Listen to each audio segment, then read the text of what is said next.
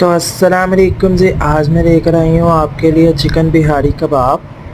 तो चिकन बिहारी कबाब के लिए सबसे पहले हम उसकी मैरिनेशन करेंगे। चिकन में विनेगर ऐड करेंगे, दही ऐड करेंगे, साथ में इसके अंदर लहसुन का पाउडर, रेड चिली फ्लिक्स, धनिया का पाउडर, गरम मसाला, हल्दी का पाउडर, लाल मिर्च का पाउडर और साथ में थोड़ा सा पपीते का पाउडर और साथ में फ्राइड किया हुआ अनियन। इसको अच्छे तरीके से मिक्स करेंगे और इसको मैरिनेट होने के लिए 1 घंटे के लिए छोड़ देंगे।